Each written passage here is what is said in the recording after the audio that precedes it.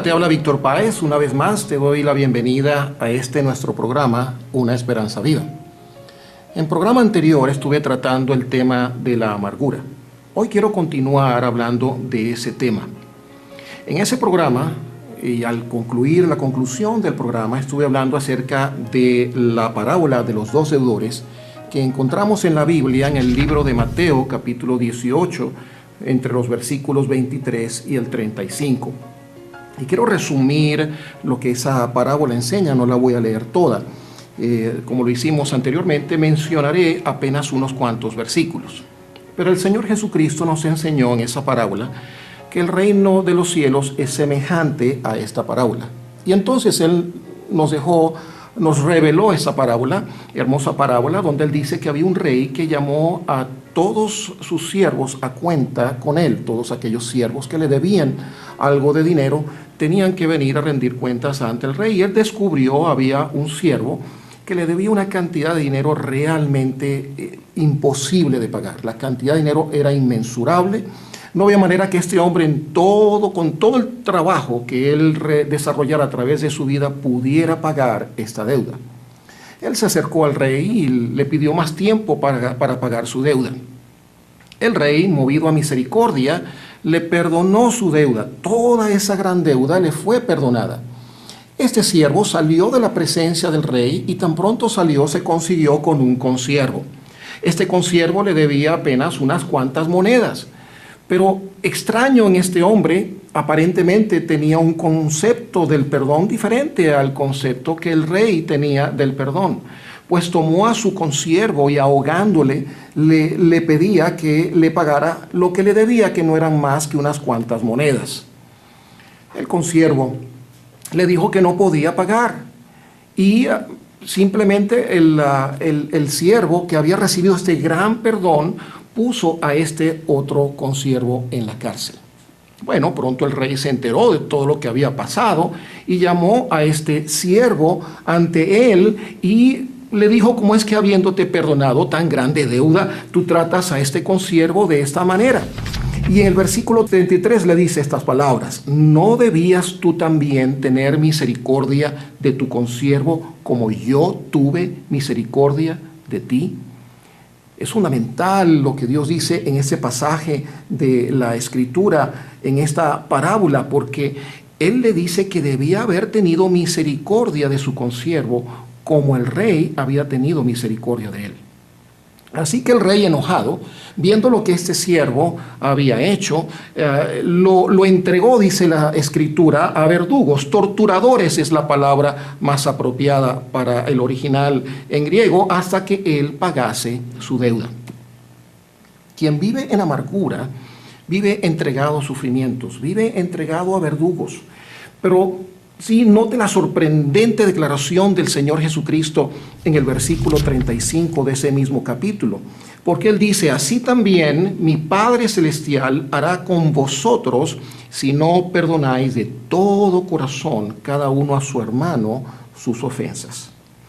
La primera lección de esta parábola es que Dios nos ofrece primero un perdón completo, un perdón de todo corazón y un perdón de toda nuestra deuda con Él. Ese es el perdón de Dios. Él nos dice en el libro de Romanos capítulo 6, versículo 23, porque la paga del pecado es muerte, mas la dádiva de Dios es vida eterna en Cristo Jesús, Señor nuestro. El perdón de Dios, la salvación que Él ofrece, es un regalo, es una dádiva. Y el perdón que nosotros ofrezcamos a otros no debe ser algo que estemos cobrando, es algo que realmente debemos dar por misericordia a aquellos que nos han hecho daño. Pero Dios nos dice aquí en su palabra que tenemos que venir a cuentas con el Rey. Venid luego, dice Jehová, y estemos a cuentas. Si vuestros pecados fueren como la grana, como la nieve serán emblanquecidos. Si fueren rojos como el carmesí, vendrán a ser como blanca lana. La segunda lección es que recibiendo y entendiendo el gran perdón de Dios, estamos capacitados entonces para poder perdonar a otros. Luego, la tercera lección es que aprendimos que si no hemos recibido o entendido el perdón de Dios, nos será entonces difícil perdonar.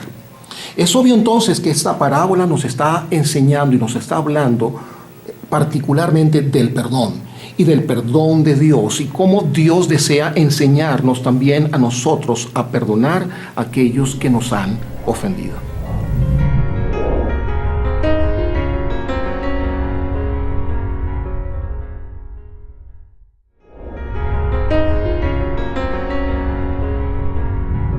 La amargura es pecado a los ojos de Dios. Y como todo pecado, la amargura es un pecado que va acompañado de otros pecados. A veces va acompañado de venganza. Y la venganza va asociada a veces a la violencia. Y quiero hablarte de un ejemplo bíblico de amargura y de venganza. Y está en una persona que en la Biblia se llamó Ahitofel. Allí en el libro de 2 de Samuel, capítulo 16, nos habla algo acerca de ese hombre llamado Ahitofel. Y fue consejero del rey David. Fue un hombre de mucha reputación, no solamente ante el rey, sino también ante la sociedad, ante la nación de Israel. Nos dice la Biblia que el consejo de Ahitofel para David era como si Dios mismo hubiera hablado. Pero había una amargura en el corazón de Ahitofel. Y es una amargura que afloró al momento que Absalón, el hijo del rey David, atentó contra el reinado de su padre.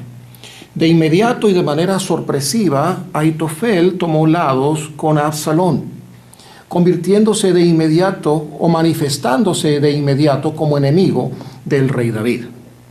Ahitofel llegó al extremo de solicitársele asignaran hombres para poder atacar y matar al rey. En ese momento era incomprensible cómo ese hombre que había sido tan amigo del rey David se ponía ahora en su contra. Dios echó todo por tierra a través de un hombre llamado Usai, que estaba metido en la corte de Absalón, pero estaba a favor del rey David. Para resumir la historia, Ahitofel finalmente, viendo que todo su plan conspirativo para asesinar al rey se venía por tierra, decidió matarse a sí mismo. Ahitofel se suicidó, se quitó la vida. Y es un ejemplo de cómo la amargura puede producir arrebatos de violencia en el corazón de un hombre y cómo la amargura incluso puede llevar a una persona a su misma muerte. Dios tenía una solución para la amargura de Ahitofel y es la misma solución que Dios tiene para tu amargura y para la mía. Lo primero que debemos tener en cuenta para desvanecer la amargura, para sanar de esa emoción dañada del corazón humano, es entender el perdón de Dios y luego aceptar ese perdón. En la Biblia, en Romanos capítulo 5, versículo 8, Dios nos dice: mas Dios muestra su amor para con nosotros en que siendo aún pecadores, Cristo murió por nosotros. Siendo lo que somos, ninguna ofensa de alguna otra persona hacia nosotros podrá ser mayor que la deuda y la ofensa que nosotros tenemos con Dios. De manera que cuando entendemos la naturaleza del perdón de Dios hacia nosotros, estaremos mejor capacitados para poder perdonar a aquellos que nos han ofendido. Segundo, debes aceptar y recibir el perdón que Dios ofrece. En el libro de Juan, capítulo 1, versículo 12, Dios nos dice: mas a todos los que le recibieron, a los que creen en su nombre, les dio potestad de ser hechos hijos de Dios. Pero hay que recibir ese perdón que Dios ofrece, hay que recibirlo, está a tu disposición y solamente tienes que acercarte a Dios para recibirlo. Luego, para desvanecer la amargura, debemos perdonar. Una vez que hemos recibido el perdón de Dios, estaremos capacitados para perdonar a otros. En Efesios capítulo 4, versículos 32, nos dice: perdonándoos unos a otros como Dios también os perdonó a vosotros en Cristo. Una vez que hemos sido perdonados en Cristo, estamos mejor capacitados para poder perdonar a aquellos que están en deuda con nosotros. Aquí está entonces la solución para la amargura. Hay que entender primero el perdón de Dios. Hay que aceptar luego el perdón que Dios ofrece y finalmente perdonar como Él nos ha perdonado a nosotros. Mi pregunta es si tú realmente has sido perdonado o perdonada en Cristo Jesús. Y la respuesta a esa pregunta debe estar enmarcada en el cómo Dios perdona en Cristo Jesús. La Biblia nos da también la respuesta a eso. En Salmos capítulo 103, versículo 12, Dios nos dice lo siguiente: cuanto está lejos el oriente del occidente, hizo alejar de nosotros nuestras rebeliones. Y es así como Dios perdona. Él simplemente aleja nuestras rebeliones para no ser vistas nunca jamás. En 1 de Juan capítulo 1 versículo 9, Dios nos dice: si confesamos nuestros pecados, Él es fiel y justo para perdonar nuestros pecados y limpiarnos de toda maldad. Es así como Dios perdona. Él nos limpia, Él nos perdona y nos perdona al instante. Él no espera como a veces nosotros esperamos cuando alguien nos pide perdón. Cuando venimos a Él, Él siempre está allí para responder. Es la oración que Él más desea escuchar de los labios de un ser humano. Segundo, Dios nos perdona por completo. En Miqueas capítulo 7, versículo 19, Él dice que sepultará nuestras iniquidades y echará en lo profundo del mar todos nuestros pecados. Con eso Dios quiere decir que Él nuestros pecados olvidará todos esos pecados y los sacará de su memoria para no ser usados en nuestra contra jamás. Lo tercero es que Dios perdona permanentemente. Él nos dice en Efesios capítulo 4, versículo 32, perdonándoos unos a otros, como Dios también os perdonó a vosotros en Cristo. Y Dios ofrece de esta manera una idea de cómo nosotros debemos perdonar, porque Él nos ha perdonado completamente y nos perdona completamente de todos nuestros pecados y nos hemos acercado a Él buscando su perdón. Ahora, el perdón de Dios no es un perdón selectivo y nuestro arrepentimiento tampoco debe ser selectivo. No venimos arrepintiéndonos nada más de la amargura en nuestro corazón, sino que nos acercamos a Dios con todos nuestros pecados. De manera que cuando con humildad nos acercamos a Él, pidiendo perdón por el pecado de la amargura, nos acercamos a Él reconociendo nuestra condición como pecadores y reconociendo cada pecado que hayamos cometido hasta el momento. De nuevo Él nos dice que si confesamos nuestros pecados, Él es fiel y justo para perdonar nuestros pecados y limpiarnos de toda maldad. Eso es lo que tú necesitas, eso es lo que yo necesito. Cuando vemos la magnitud, la grandeza del perdón de Dios, entonces veremos las faltas de otros hacia nosotros como diminutas. Para sanar de la amargura debes conocer el perdón de Dios. Y quiero invitarte a que te acerques a Dios de una manera personal para que conozcas su perdón. Y quiero invitarte a hacer una oración de corazón, una oración que sale en tus propias palabras y que es un clamor que tú haces a Dios rogando su perdón. Yo te invito a hacer una oración como esta. Yo te invito a repetir estas palabras de corazón o a hacerla en tus propias palabras y decir lo siguiente: Señor Jesús, reconozco que soy pecador, que no me puedo salvar a mí mismo. Te pido me perdones de todos mis pecados, incluyendo la amargura, y te ruego que me salves, me des vida eterna, me hagas tu hijo o tu hija, y te lo pido en el nombre de Cristo Jesús, ahora mi Salvador. Amén. Si has confesado el nombre de Cristo, ahora eres un hijo de Dios, eres una hija de Dios, y gozas de su entero perdón, y ahora debes perdonar a aquellos como Cristo te ha perdonado a ti. Y te invito a visitar, a buscar a aquellos que te han hecho daño y decirles: yo te perdono, no importa el daño que hayas hecho, yo te perdono.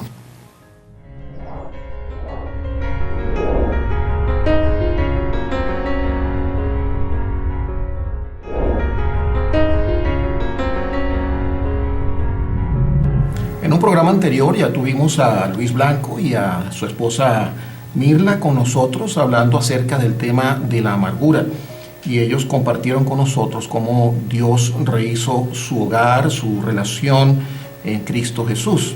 Y hoy quisiera hablar con ambos y conocer de cómo Dios obró para eliminar la amargura que quedó o que estaba allí al momento en que vinieron al Señor, producto de todos esos conflictos conyugales que tenían ustedes antes de conocer a Cristo. Mirla, cuéntame. Bueno, sí, pastor. Nosotros veníamos con una relación casi rota, pero gloria a Dios, el Señor llegó a nuestras vidas y todo comenzó a cambiar. Comencé a amar mejor a mi esposo, como dice la palabra de Dios. Comencé a darle ese lugar que él debe tener en el hogar, a los niños enseñarle, ¿verdad?, cómo deben amar y respetar a su papá. Pero sí, cuando estamos en el mundo, es fácil poder amargarnos, ¿verdad?, poder tener esas heridas que solamente Dios, por medio de su palabra y con su sangre redentora, puede curar, ¿verdad? Puede traer a nuestras vidas ese gozo, ese regocijo. Y pues el Señor Jesucristo, por medio de su palabra, me enseñó cómo yo poder establecer un vínculo hermoso como Él quiere. La palabra de Dios dice en Efesios 4:32, antes bien sed benignos unos con otros, misericordiosos, perdonándoos unos a otros. De esta manera, pues, yo aprendí de que yo debo perdonar, ¿verdad? Porque si Dios perdonó a vosotros en Cristo, pues, ¿quién soy yo para no perdonar? Y más, pues, sí, teniendo este hermoso hombre que Dios me ha dado. Y, pues, aprendí a perdonarlo, a amarlo, a respetarlo. Y de esa manera, la amargura ya fue una etapa pasada en mi vida y Dios pudo sanar esas heridas y hoy día tengo a mi esposo conmigo, a mi lado, mis hijitos y somos el hogar más feliz del mundo porque el Señor Jesucristo es el medio de todo y es esa paz que sobrepasa todo entendimiento, como dice su palabra. No, yo los conozco y sé que es así. Amén. Y Luis se sonrojó cuando dijiste que era el hombre más feliz. Sí, ay, amén, sí, amén. Pero sí. quiero preguntarle a Luis, ¿verdad? Porque en la relación de pareja, sobre todo cuando el matrimonio se está desintegrando, ¿verdad? Uh-huh. Y ustedes las mujeres son las que más sufren. Generalmente es más de parte del hombre, el asunto no siempre es así. De parte de Luis, no solamente evitar que ese estímulo que crea amargura en el corazón de una mujer, no solamente dejó de hacer cosas, uh-huh, sino que él tiene que haber comenzado a hacer cosas, sí, como esposo. Entonces ya la pregunta no es para ti, la pregunta es para Luis. Sí. No me digas lo que dejaste de hacer, porque muchas de esas cosas a lo mejor son vergonzosas y son cosas que ni siquiera queremos recordar. Así es. Pero ¿cuáles son esas cosas que comenzaste a hacer para evitar o para promover, ¿no?, todo lo contrario de lo que hacías antes? Porque promovías la amargura en el corazón de Mirla, pero ahora comenzaste a hacer cosas diferentes. Cuéntanos.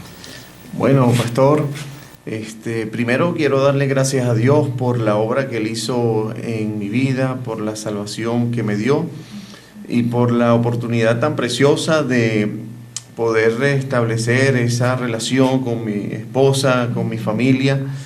Primero reconocer que yo era el causante de todas esas situaciones que afligían y molestaban a nuestra pareja, a nuestra relación en pareja, y ver también, reconocer que Dios fue quien hizo todas las cosas en mi vida primero.